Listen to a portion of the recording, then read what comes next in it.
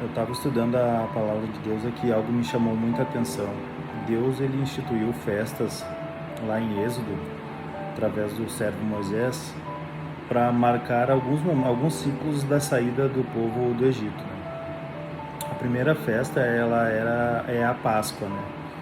Que foi que o povo sacrificou um cordeiro, né? E colocou sangue ali nos umbrais das portas para que o Espírito que foi enviado por Deus na 10ª praga ao Egito, ele não passasse pela casa dos israelitas, né? Então, esse cordeiro ele foi morto e o sangue desse cordeiro foi passado pelo umbral das portas, né?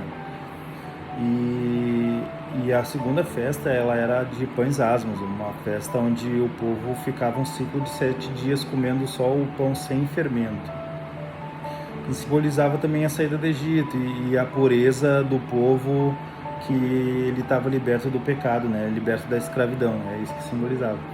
Depois teriam mais 2 festas, né?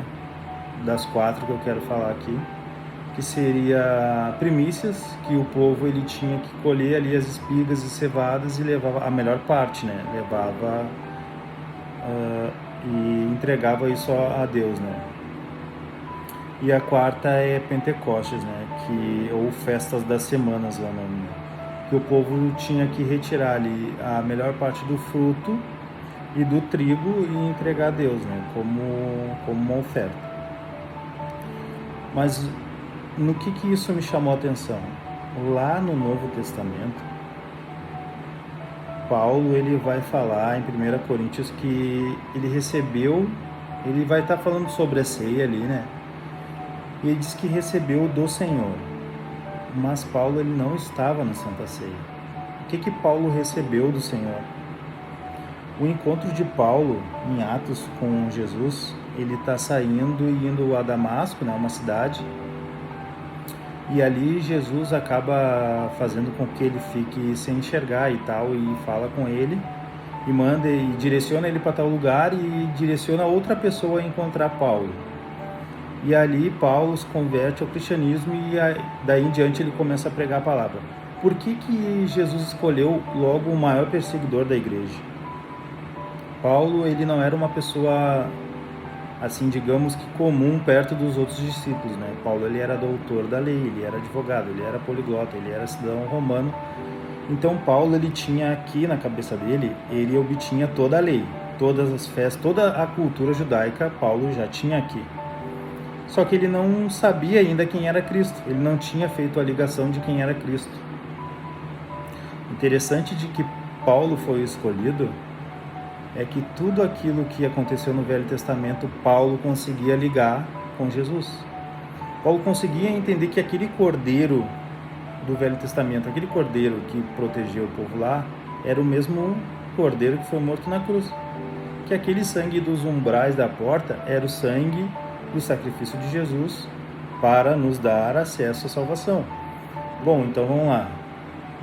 Se Paulo disse que recebeu do Senhor, e ele está falando ali sobre a Santa Ceia do Senhor, mas ele não estava na Santa Ceia, então ele está falando de outro alimento, ele não está falando do pão mesmo, né? Ele está falando do outro alimento que é Jesus. Ele recebeu de Jesus o alimento, a palavra, né? Através do Espírito. Aí o que me tocou foi o seguinte, Jesus, ele em João 6, ele vai falar que ele é o pão da vida, e aquele que come do corpo ou da carne de Jesus e bebe do sangue dele, esse tem parte com ele. Aí, claro, os doutores da lei na época, os fariseus e tal, vendo aquilo, eles questionam, mas como assim? Esse cara é maluco, esse cara é louco, como é que a gente vai comer do corpo dele? Por quê? Porque Jesus ele está falando daquilo que aconteceu lá em Êxodo.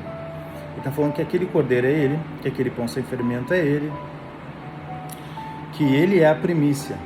Paulo vai falar sobre isso, por isso que Paulo é escolhido, né? Em 1 Coríntios 15, 20, Paulo vai falar que Cristo é primícia dos que dormem. Deus ele tira Jesus da terra como uma primícia daquelas pessoas que iriam ser salvas no final, lá em Apocalipse, né? Jesus é esse cordeiro, né? O interessante é que quando a gente lê a palavra, a gente se alimenta do pão, porque João diz que a palavra é Deus, que o verbo é Deus, né? Então, quando a gente lê a palavra, a gente se alimenta da palavra, a gente automaticamente está comendo do pão da vida, né? Primeiro, pão da vida, beleza. Pães asmos. A palavra de Jesus, ela é um pão sem fermento.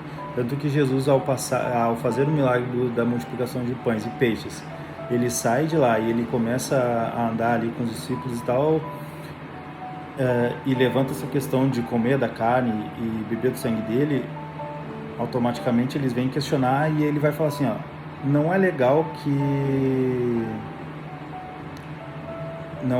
tenha fermento na massa do pão, porque ela pode levedar a massa. Só que ali ele está falando para os seus discípulos que não é legal que vocês misturem o que os fariseus e os saduceus estão falando com o que eu estou falando, porque eu lhes entreguei um pão sem fermento e eles estão querendo colocar fermento nesse pão e eles vão acabar levedando a massa. A massa desse pão que ele está dizendo é as pessoas. Então o que Jesus está querendo dizer? Que ele era o pão sem fermento. Então o que acontece? Automaticamente quando eu leio a palavra, quando eu me alimento da palavra de Deus, eu estou me alimentando de um pão sem fermento. E eu estou comendo da carne que Jesus está falando, porque a carne e o pão é a mesma coisa. Então, o pão é a palavra. O sangue de Jesus é o sacrifício, a cruz. Então, quando eu como da palavra, eu automaticamente testemunho a morte de Jesus.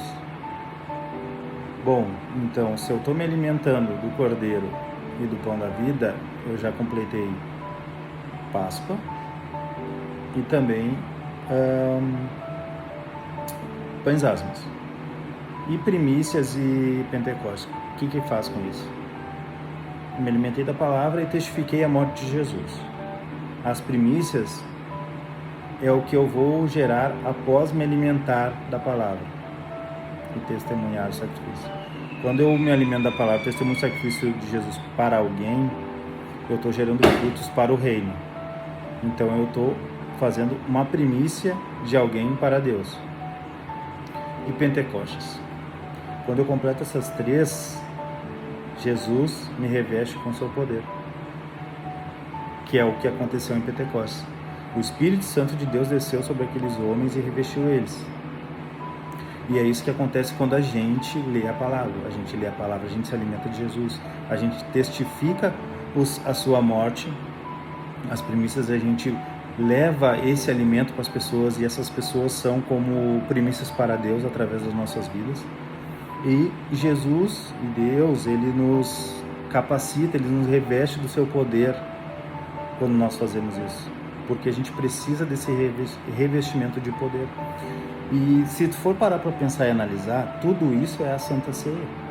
Tudo isso aqui que eu falei agora e que a palavra diz é a Santa Ceia.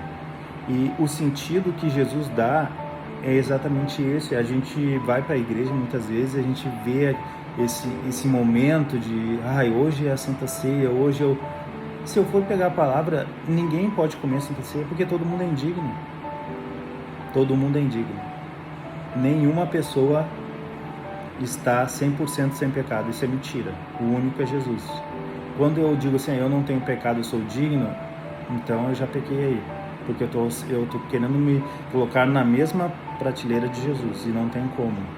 Então a Santa Ceia que Jesus quis nos falar lá é essa, diária. Todos os dias você comer do pão, beber do sangue e testificar a morte dele, porque não tem como você fazer isso uma vez por mês. Não tem como você fazer isso um domingo sim, um domingo não, ou só aos domingos. Não existe isso. Todos os dias, quando você lê a palavra, você está se alimentando de Jesus, você está testificando a morte de Jesus, que é o sangue, você está se alimentando do pão sem fermento, que é Jesus, você está se alimentando do Cordeiro, que é Jesus, aquele que comer da minha carne e beber do meu sangue, esse tem parte comigo, foi o que Jesus falou. Você está sendo um canal de bênção na vida de alguém, gerando primícias para o reino. E quarto, em Pentecostes, Deus está descendo sobre a sua vida todos os dias o ato de Pentecostes. Então, o que eu entendi com isso, tá? É que todos os dias nós devemos nos alimentarmos da palavra de Deus e praticarmos a Santa Ceia. O real significado da Santa Ceia é esse. todos os dias se alimentar do pão e testificar do sacrifício de Jesus para alguém. Essa é a Santa Ceia verdadeira. Não estou dizendo que devemos deixar de praticar o ato litúrgico que as nossas igrejas praticam. Isso é um ato que tem que ser feito, é um memorial, mas a Santa Ceia verdadeira feita é essa: todos os dias se alimentar do pão e do vinho, para que o resto seja feito em nossas vidas. Amém?